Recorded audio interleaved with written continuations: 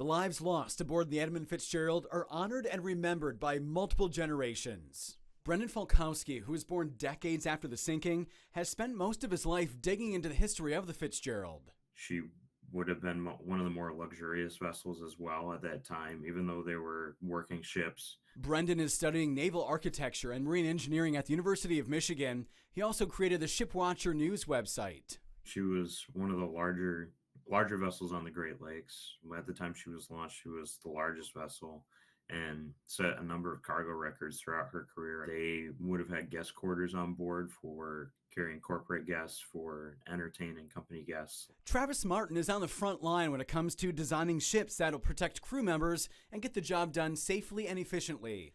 Travis is an engineer and president of Bay Engineering in Wisconsin. He says his company's bread and butter is Great Lakes ship design. His team also supports production. There's always a conscientiousness and continuous development in the requirements to make sure that we're sending out the crews on the safest vessels that are feasible. Design criteria is in place to make a vessel more survivable, allowing the crew more time to recognize there's a safety concern and get off the ship. The U.S. Coast Guard implemented stricter training requirements for crews. They need to know where life-saving devices are and how to launch them and use them. Immersion suits are now a requirement for vessels to carry on board. They protect against hypothermia. There are requirements to carry distress beacons that can float on the surface of the water. Travis and Brendan also point to advancements in weather forecasting the past 50 years, giving crews advanced warning to stay away from storms. Do you think a ship built today could withstand the storm that the Edmund Fitzgerald was going through? That's a tough question. I would say that yes, for a number of factors. One, it's going to be loaded less conservatively. It's going to be built more survivable. I think even if something happened where it didn't survive, there's enough